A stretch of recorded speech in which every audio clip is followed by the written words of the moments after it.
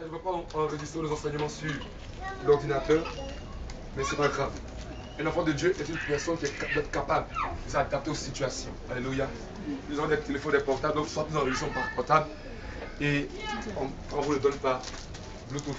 Quoi qu'il en soit, il est important pour toi d'avoir la parole de Dieu. C'est important que tu aies ces enseignements-là. À force de les écouter, ça va te faire du bien. Amen. Voilà. On va continuer nos enseignements qu'on a commencé depuis cet temps. Nous prêchons un thème à l'église ici. Le thème, c'est le cœur du roi. Alléluia. Le cœur du roi, ou tu veux le cœur de la reine. Parce que le domaine chrétien, dans la parole de Dieu, quand on ne dit pas de l'homme, on ne dit pas de l'être humain. Ce n'est pas le sexe, ce n'est pas la femme. Alléluia.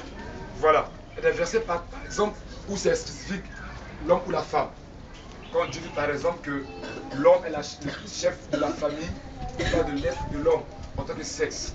Mais quand Dieu parle de l'être humain de l'homme, quand il dit qu'il y a l'homme à notre image, selon notre ressemblance et qu'il domine, Dieu ne parle pas de l'homme de la femme, Dieu parle de l'être humain. Alléluia. Et donc quand nous disons le cœur du roi, on ne parle pas de l'homme, non pas de l'être humain. Pourquoi le cœur du roi? Je l'ai constamment dit ici, et la répétition est pédagogique. Et même dans la parole de Dieu, Dieu répète. Alléluia. On a compris que le talent d'une personne va l'amener au sommet. Si tu es talentueux, tu vas être au sommet. Mais il ne s'agit pas d'être au sommet seulement. Le plus important pour toi, c'est de rester au sommet. Et ce qui est problématique, ce qui est un problème, c'est que quand tu n'es pas au sommet, c'est facile. Les gens ne te regardent pas. Mais quand tu arrives au sommet, tout le monde te regarde. Et tous les yeux sont braqués sur toi. Et donc tes défauts sont regardés au pays fin. Alléluia. Gloire à Dieu. Je connais hier avec Sandrine, on parlait de chant qui est dans une communauté. On l'a écouté 2 fois. Mais on a constaté qu'il y a eu un regret. Elle a régressé quelque part. Après qu'elle chante, tu sens la présence de Dieu. Alléluia. Mais quand tu fais des progrès, on ne fait pas trop attention. Mais c'est quand tu régresses, on fait attention à cela. Alléluia. Et donc, quand tu arrives à ce niveau, tout le monde te regarde. On dit, ah lui là vraiment, il ne prépare bien. Son restaurant est bien. Mais reste un moment, tu fais 2 ou 3 jours, ça va préparer, on va sentir que quelque chose ne marche pas dans ton restaurant. On va sentir que ton main n'est plus comme avant. C'est pourquoi prie Dieu pour te sommer. Mais quand tu es au sommet, pardon, reste au sommet. Parce qu'il est mieux de ne pas atteindre le sommet que d'atteindre le sommet et de tomber après. Car la Bible déclare, la fin d'une chose vaut mieux que son commencement. Alléluia. C'est pourquoi Dieu prend le temps de travailler ton caractère. Donc, bien-aimés frères, travaillons nos caractères. Dieu va t'élever. Mais toi-même, travaille ton cœur. Qu'est-ce qu'il y a comme défaut dans ta vie? Tu l'enlèves. Qu'est-ce qui détruit une personne? Ce ne sont pas les grands défauts. Ce sont les petits défauts qui détruisent une personne. Ce sont des personnes qui boivent souvent. Ces bois-là, tu vas les tuer. Une personne a de bonnes compagnies, comme notre ami Samson.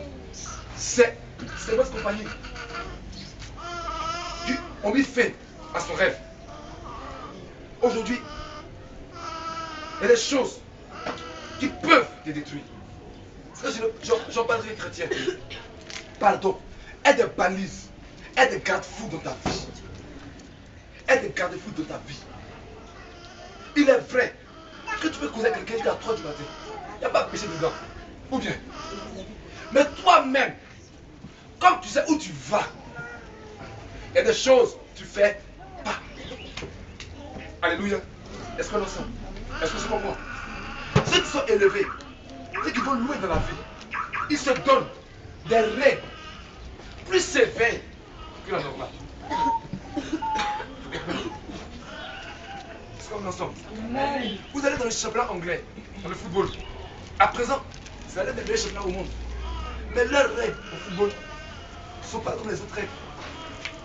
Alléluia. Vous prenez dans le basket, les meilleurs ce sont les Américains. Mais ils ont mis le panier plus haut que le panier des autres. Là où il paraît que le panier fait 2,44, je crois, le panier est plus haut que les autres paniers. Ils se donnent des valeurs plus difficiles à atteindre. Et ça fait que forcément, s'il se donne une valeur difficile à atteindre et qu'il atteint, qu'il arrive à un niveau qui est facile, il s'en sort facilement. Est-ce que vous comprenez? C'est pourquoi Je le dis, et ça me rappelle, la dernière fois que quelqu'un m'a appelé vers 23 heures. Bon, c'était un cas de force majeure. Vous comprenez? Et on s'est rencontrés. Je dis à mon prophète, je ne vais pas. Il faut dire tout ce qu'elle a cherché. Il n'y a pas de péché dedans. Que un des fils de l'église m'appelle à 23 heures pour dire, de voici, je te révèle quelque chose. Il n'y a pas de péché dedans. Mais mon frère, on dit la personne qui m'appelle, c'est fils de l'église, elle est bien. Mais tu ne sais pas qui va venir demain, qui n'est pas fils de l'église, qui est mauvais. Homme de Dieu, pendant que je suis de passage, je te fais un cadeau, je suis de passage. Et puis tu te poses à 23 heures. Puis il dit, mon homme de Dieu, je dois te rencontrer ici, mais aussi je te donne le restaurant pour venir manger. Il y a un piège qui t'est tendu. C'est ça, moi je ne vais pas chez toi seul. Je ne vais pas chez toi seul. Donc toi aussi, donne-toi des valeurs. Donne-toi des valeurs. S'il y a un homme qui parlait qu'il allait quelque part, non, visite seul. Je vais faire ça. Mais tout le monde n'est pas bon. Certains sont mauvais. Et une fois qu'il appelle, ah, homme de Dieu, moi je suis très malade à présent. Viens me rendre visite. C'est pas pour mourir. L'homme de Dieu, il va seul. Oh, on va jamais seul. Il arrive, oh, elle dit à sa servante, s'il vient, tu nous enfermes, tu seras là. Voici le piège qui est conduit. Lui-même, il donne son témoignage. Lui-même, il donne son témoignage. Donc, comme la mousse ne sauve pas le mal, je le crois. Il va chez elle. La servante ferme la porte, perd sur la clé. Et puis la femme se met nue. Mais il dit qu'il n'a rien fait, je le crois. Mais Dieu aurait pu t'éviter ça. Si c'était deux, toi ton protocole, Dieu t'aurait évité ça. Tu es homme de Dieu, on t'appelle, tu vas faire veiller. Tu vas te poser avec ta chef. Mon frère, tu vas faire quoi là-bas? Tu vas te poser avec ta chef, ta femme. Si tu n'es pas marié, prends le protocole, puis chef, allez avoir 3. Mais tu as ta chaîne spéciale. Ah, mon frère, qui donne ça? Ah, qui donne ça? Pardon. Toi aussi, tu es marié. Ami, non, c'est mon ami d'avant. Qui donne ça? Ce n'est pas péché. Mais il y a des valeurs que tu te donnes qui te permettent de ne pas tomber. Par exemple, je vais ma voiture parce que tu as la voiture au nom de Jésus-Christ. Amen. Moi, il veut que tu aies la voiture, puis il y a la voiture après. Mais si j'ai la voiture, il fait du bruit, il m'appelle. Il ne faut pas t'inquiéter si tu dis que tu sois derrière. Tu passes à l'homme de Dieu. Jésus le dit, attends pas derrière. Moi, je suis ton cheveu, c'est pas grave. C'est pas grave. Regarde mon frère, dans la vie chrétienne, où on est, sois dur avec toi-même. Sois rigoureux. Tu vas te pécher facilement. Tu n'as rien dit, tu as fait. Avec l'homme de Dieu, la fille peut te mini, peut s'asseoir dans ta voiture, elle est piquante. La vie dit vieux le péché. C'est pas ça. Mais je ne l'ai pas fait. Gloire à Dieu. Je ne l'ai pas fait. Et donc, en tant que chrétien, donne-toi des valeurs importantes. Et un caractère important. Si tu es chrétien, c'est pas le diable. Ce n'est pas de Dieu. Tu ne peux pas te tuer. Mais Dieu peut rien te faire. Mais il sait que ta faiblesse, c'est le péché. Et donc, il t'amène dans le péché. Et quand tu tombes dans le péché, il t'atteint. C'est un chrétien qui est pulsé devant Dieu. Aucun démon ne peut le résister. Il n'y a pas un de lui. Donc, c'est pourquoi ton caractère, c'est attention. Et on a compris à travers quoi? La fidélité. On a dit que la fidélité, c'est quoi? C'est la confiance. La fidélité, c'est basé sur la confiance. Alléluia. C'est du grec fidus. C'est dire confiance. Et dans une relation, dans une entreprise, où il n'y a pas de fidélité, où il n'y a pas la confiance, cette entreprise, cette relation, ce foyer ne peut pas résister. Car un des fondements de toute construction est la fidélité. Le système économique est basé sur la fidélité. Quand tu te vas voir quelqu'un, regarde de toi à moi, tu payes une marchandise, je dis c'est 10 millions, tu payes, avant de soit à la banque, même quand tu vas à la banque pour ton argent, est-ce que tu as le temps de vérifier si les biens sont des vrais biens? Tu fais confiance naturellement. Mais c'est pour ça maintenant que tous les banquiers sont malhonnêtes. Donc ça prend 500 000 ou 1 million, tu vas prendre chaque jour de vérifier. N'est-ce pas? Donc imagine comment Dieu va faire la banque. Imagine un peu. Ça veut dire qu'on fasse à la banque, que quand tu prends ton argent, tu ne vérifies pas. Ok. Mais s'il n'y a pas de confiance, si tu fais confiance à la banque, on dirait que ce qu'elle me donne comme billet, c'est des vrais billets. Rien qu'à la banque seulement, on va passer des jours là. Et tu as vu déjà, ouais, c'est vrai, c'est vrai. Et il agit de toutes choses. Tu vas payer quoi? Du riz, ça de riz. Il met le livre en haut, il met bien oublier tout ça. S'il n'y a pas de confiance, tu vas d'abord oublier ça, tu vas vérifier, puis tu vas remettre à niveau ton argent. Donc toute chose est basée sur la confiance. Donc si dans ta relation, il n'y a pas de confiance, sois certain et certaine, ça va être difficile. Si dans ton entreprise, dans l'église, il n'y a pas de confiance, cette église ne peut pas aller de là. C'est pourquoi le thème d'aujourd'hui, c'est bâtir une confiance. Tu dois bâtir une confiance stable et solide dans ta vie. Il faut amener les gens à avoir confiance en toi. Alléluia. Parce que si on n'a pas confiance en toi, on ne peut rien faire avec toi. Si les gens manquent de confiance en toi, les gens ne pourront jamais travailler avec toi. Parce que même dans le travail, si quelqu'un te confie une tâche à accomplir, s'il n'est pas confiant que tu vas l'accomplir bien, il te donne une tâche, il ne va jamais te donner une responsabilité. En te rendant responsable, parce qu'on estime que tu es capable de l'accomplir cette tâche-là. En te rendant responsable, parce qu'on estime que tu es capable d'être digne de confiance. Alléluia. Mais même la responsabilité que l'autre confère est liée à la confiance qu'on donne. Si on n'a pas confiance en toi, on ne te donnera jamais quelque chose à gérer. Alléluia. Et souvent, quand tu es une personne en qui on n'a pas confiance, tu es comme un enfant. Tu es comme un enfant. C'est comment? Les parents ne peuvent pas voyager s'ils ont des enfants de 5 ans, 8 ans à la maison. Ils ne peuvent pas aller par quelqu'un dehors, vous dites viens chez moi à la maison, suivez les enfants. N'est-ce pas? Donc, si c'est quand l'enfant atteint un âge qui devient fils, que les parents peuvent voyager et puis les laisser à la maison. N'est-ce pas? Donc, si toi c'est toujours au niveau de l'enfant, spirituellement, on ne peut pas te conférer, te confier une responsabilité. Parce qu'on a dit dimanche passé, te confier une responsabilité, ça veut dire se reposer sur toi. Une personne peut dire, ce domaine de ma vie, ce domaine de l'église, ce domaine du ministère, ce domaine de l'entreprise, ce domaine de la famille, moi je ne gère plus. Je te donne à gérer et je sais que tu vas les gérer comme moi je l'aurais géré. Alléluia. Donc grandis dans la confiance que tu confères. Afin de recevoir plus de responsabilités. Tu dois bâtir la confiance. C'est bâtir. Donc bâtir et construire quelque chose. Alléluia. Gloire à Dieu. Est-ce que nous sommes, s'il vous plaît? Est-ce qu'on va s'il vous plaît? Et donc, on va des éléments qui permettent de bâtir la confiance. On dit on va voir les éléments qui ont trait à la parole. Alléluia. Les éléments qui ont trait à la parole. On va pouvoir dire dans le Deutéronome, le chapitre 7, le verset 9. C'est quoi d'abord la fidélité? Il est important qu'on comprenne c'est quoi la fidélité. Dans ce contexte, on va expliquer comment la bâtir. Alléluia. Deutéronome 7, le verset 9.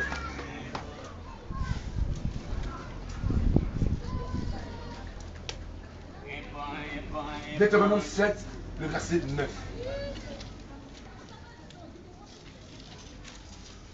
Je lis. Sache donc que c'est l'Éternel ton Dieu qui est Dieu. Ce Dieu fidèle garde son alliance et sa miséricorde jusqu'à la 1000e génération envers ceux qui l'aiment et qui observent ses commandements. Dieu est fidèle et Dieu garde son alliance. Alléluia. Donc, être fidèle, c'est être capable de garder une alliance. C'est donc dire, donc, respecter ses engagements. Bâtir la confiance. La première clé, c'est respecter ses engagements. Alléluia. Est-ce que nous sommes, s'il vous plaît? Chrétien, pardon. Respecte tes engagements. Ça veut dire quoi un engagement?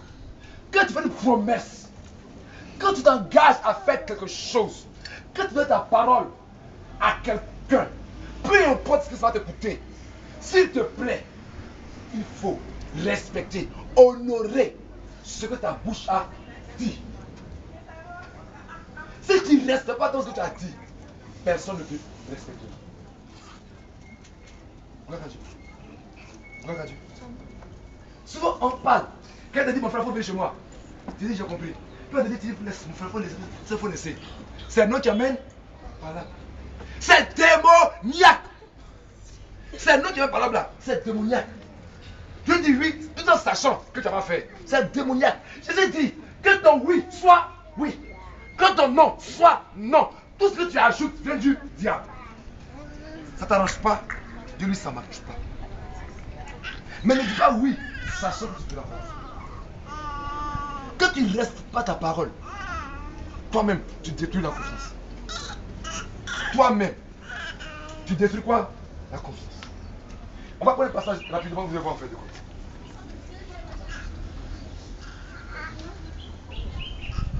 Il y a 3 critères que Dieu prend pour t'évaluer. 1 Corinthiens 13, verset 11. Il y a 3 choses que Dieu prend pour évaluer quelqu'un.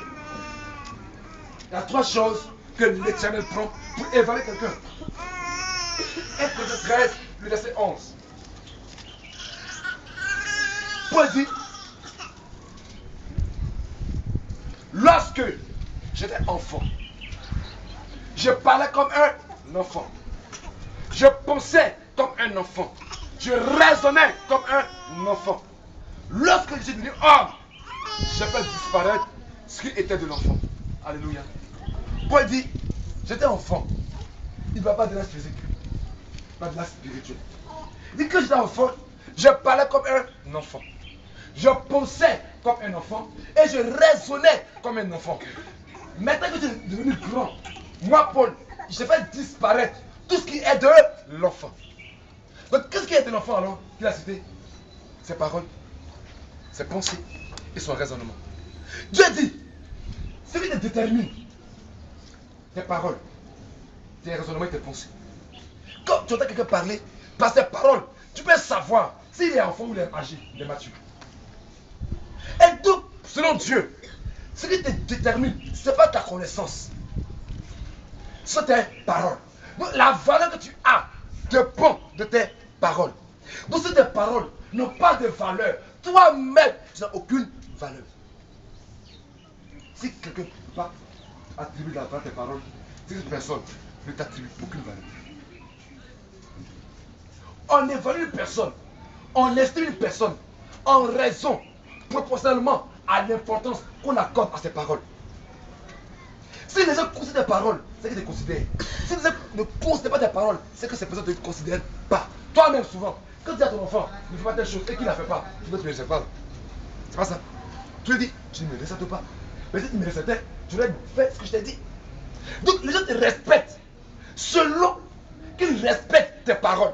Or, quand toi tu mens, tu dois dire donc ne me respectez pas parce que mes paroles n'ont pas de valeur. Que toi-même, tu ne respectes pas tes engagements. Tu dis aux gens, mon frère, il ne faut pas me respecter. Parce que ce qui est en moi a plus de valeur, en fait, n'a aucune valeur. Mes paroles qui me représentent, mes paroles qui estiment qui je suis, mes paroles qui me donnent la valeur. En fait, ça ne vaut rien, mon frère. Il faut les prendre comme rien. Et ne te considère pas à cause des paroles. Parce que tes paroles n'ont aucun choix. Il y a quelqu'un, on va faire l'argent ensemble. Et puis, tu ne fais pas. Et puis, tu n'as pas l'opportunité de vous dire, vous l'expliquer. Voici pourquoi je n'ai pas pu faire. Mais demain, quand tu as dit quelque chose, va te courir encore. Va dire, bon, fais, et puis on va voir après. Si ça marche, on verra bien. Donc, s'il te plaît, peu importe tes paroles que tu donnes, peu importe ce dans quoi tu es engagé, pardon, respecte tes paroles. Respecte, honore tes engagements. Jésus dit, par tes paroles, tu seras justifié. Et par tes paroles, tu seras condamné. Si tes paroles te justifient et tes paroles te condamnent. C'est pourquoi, dans ton foyer, dans ta famille, dans ton entreprise, ce que tu as dit, il faut faire. Ce que tu as dit, il faut le faire. Ça, je vous demande pardon. Moi, je ne fais pas cette erreur. Ne promets jamais quelqu'un à ton enfant que tu n'as pas compris. Soit tu vas à le travail, l'enfant pleure. Ah, papa, j'arrive à toi. Tu dis, bon, j'arrive. Ah, viens, tu fais un gâteau, tu fais un vélo. Tu te mentir. Tu te dis à ton enfant que moi, ton papa, moi, ta maman, je suis digne des manques de confiance. Ne fais pas confiance. Mais l'enfant, quand il va, il attend son vélo. Il attend son vélo. Tu dis, il n'y a pas de vélo. Il va arrêter de dire. Mais quand il devait faire, il dit, il faut laisser. Lui, il faut laisser. C'est comme mon papa, il faut le laisser, il parle, il ne le fait pas. Ne promets jamais quelque chose, même en jeu. Ne promets jamais. C'est pas jeu. Tes paroles ont de la valeur. Tes paroles ont de la valeur. Quand tu dis une chose, Dieu t'écoute, les anges t'écoutent et ils vont exécuter. Mais quand tu ne fais pas, tu dis, oh, il faut laisser lui là. Même les anges disent, Gabriel veut agir, Michael veut agir. Tu dis, bon, on va faire programme, on va faire des choses. Michael veut descendre, Gabriel dit, tu ne le connais pas. Laisse-le présenter, il parle là. Il ne fait pas, il faut le laisser. Tu dis, demande sort, demande dis-moi de sortir où. Tu n'as pas aucune valeur. Qui ne peut la respecter? Toi-même. Tes paroles, tu ne les respectes pas. Qui ne peut les respecter? Pardon. Il n'y a pas petit mensonge. Demi-mensonge, c'est mensonge. C'est mensonge. Tu es où? Je suis au camp militaire. On t'a où tu es là-bas là. Dans le taxi, on t'appelle. Dis la vérité. On note les relations. Pardon. Du tout. Alléluia. Pardon. Parce que si dans ta relation, dans ton foyer, entre tes amis et toi, la parole que tu donnes n'a aucune valeur, c'est fini. C'est fini. On a parlé ici de quoi? Du capital confiance, n'est-ce pas? En tout cas, la confiance, c'est comme un capital. Chaque fois que tu poses un acte bon, ça augmente la confiance en toi. Et chaque fois que tu poses un acte qui n'est pas bon, la confiance en toi diminue. Donc quand tu donnes des paroles, que toi tu ne sais pas, les gens commencent à ne plus avoir confiance en toi progressivement. Et la confiance en toi disparaît. Ça s'il te plaît, pardon, parle plus. Ça te dit, soyez l'un à parler, prompt à écouter, l'un à parler et l'un à vous mettre en colère. Ne promets pas ce que tu n'as pas fait. Ne te développe pas les quelqu'un. Cet arrangement, mon frère, ça ne m'arrange pas. Ça ne m'arrange pas. Je ne suis pas méchant, mais ça ne m'arrange pas. Ça ne m'arrange pas. Mon frère, donne-moi l'argent 10 000. Mon frère, ça ne m'arrange pas. Dis-moi, je n'ai pas ça aujourd'hui. Il ne faut pas dire à quelqu'un, lui, pour te débarrasser de lui. Mais dans le spirituel, ta parole a été notée. Ta parole a été notée. Et les gens attendent le temps que tu l'accomplisses. Et que tu ne l'accomplis pas, c'est fini. La confiance que la personne a en toi est brisée. La confiance que Dieu même a en toi est brisée. Dieu veille sur sa parole pour l'accomplir. C'est pas dire la Bible nous dit. Dieu lui-même, il veille sur sa parole pour l'accomplir. Supposons un peu que Dieu te fasse une prophétie, une promesse. Il dit, ah, je vais te bénir, je vais t'élever, n'est-ce pas? Alléluia. Dieu dit, je vais t'élever, et puis il donne des prophéties. Et donc toi, Dieu te dit, bon, je vais te bénir, tu as un homme d'affaires, tu vas prospérer. Donc tu commences à apprendre la comptabilité par la foi. Mais tu sais que tu es un homme d'affaires ou une femme d'affaires, n'est-ce pas? Tu apprends la comptabilité, tu fais tes affaires et tout. Puis un matin, ça ne marche pas. Puis tu pries, puis Dieu se lève et dit, non, en fait, je plaisantais. Je m'abusais. Hein? Comme dans ma vie, quoi. Vous comprenez? Mais pourquoi? Quand tu as une prophétie, automatiquement tu as la foi, tu as la joie en toi. Mais tu sais que Dieu ne ment pas, il ne plaisante pas. Il ne joue pas en fait. Quand il donne une parole, il est sérieux. Toi aussi, pourquoi tu plaisantes? Quand je parle de plaisanterie, je ne vais pas dire où tu as dit quelqu'un, ou je ne sais pas, je ne parle pas d'histoire drôle. Je parle du fait que tes paroles là, elles n'ont aucune valeur et tu plaisantes. Dieu dit, les plaisanter, il n'est pas au ciel. Pourquoi? Mais la parole n'a aucune valeur. La parole ne représente rien. Je vais chez toi, attends-le, il ne viendra pas. Je te donne l'argent après. Et te donne l'argent après. Sois certain, il ne va jamais te donner. Et on le connaît. Oh, laisse, ma fille, il faut laisser. J'ai fait. Répondons-nous. Répondons. Il est important que nous parlons d'affaires. Vous comprenez? Et donc, une des choses pour mettre clés, c'est honorer tes engagements. C'est vrai, s'il te plaît, ne commets jamais l'erreur de faire un vrai à Dieu en plaisantant. La Bible déclare, si tu fais un vrai à Dieu, ne tarde pas à l'accomplir. Parce que Dieu est au ciel et tu es sur la terre. Que tes paroles soient peu nombreuses. Ne permets pas ta bouche de pécher contre toi-même. Elle me dit, ne permets pas ta bouche de pécher contre toi-même. Le Seigneur dit, non, tu sais, si tu me bénis que j'ai mon examen, j'ai fait telle chose. Je dis, ok. Il va faire. Il va avoir ton examen. Mais il attend maintenant ce que tu as fait pour toi. Si tu n'accomplis pas ton engagement, sois certain, il va te faire quelque chose de grave. Mais ce n'est pas ton camarade. Ce n'est pas ton camarade. Si tu veux, ne fais aucune promesse à Dieu. Mais si tu as fait promesse à Dieu, c'est qu'à t'écouter des millions pour faire. C'est toi-même. Tu vas détruire toi-même. Il faut que tu te mettes la peine à construire. Honore tes engagements.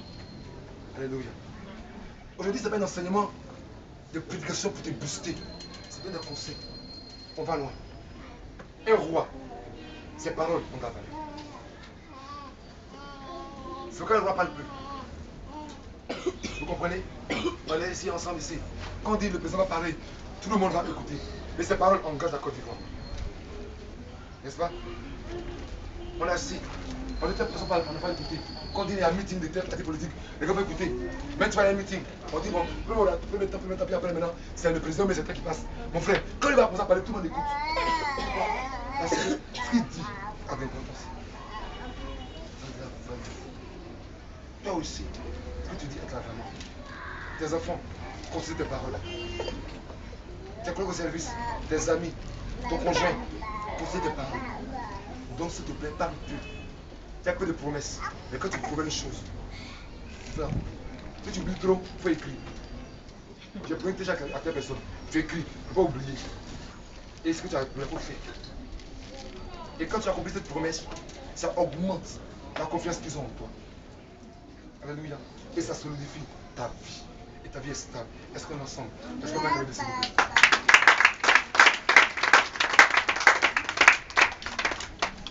Tu es béni par la parole de Dieu.